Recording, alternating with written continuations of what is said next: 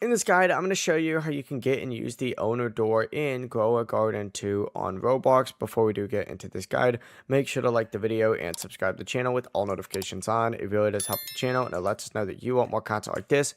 We'd greatly appreciate it. And if at any point throughout this guide you did have any questions, just ask them down in the comment section below and we can help you out further. I'm going to be doing my best to reply to every single comment down there. Now, first things first, you need to go ahead and make your way over to this main area and go specifically to the props tab right here.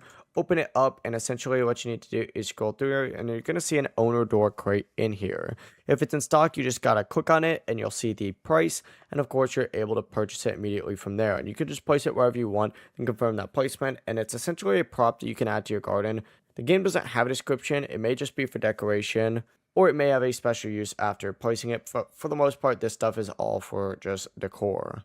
But yeah, if you guys have any questions, ask them down in the comment section below and we can help you out further. I'm going to be doing my best to reply to every single comment down there. Before you do leave this guide, make sure to like the video and subscribe to the channel with all notifications on. It really does help us out and lets us know that you want more content like this. We'd greatly appreciate it. Have a great rest of your day though. Peace.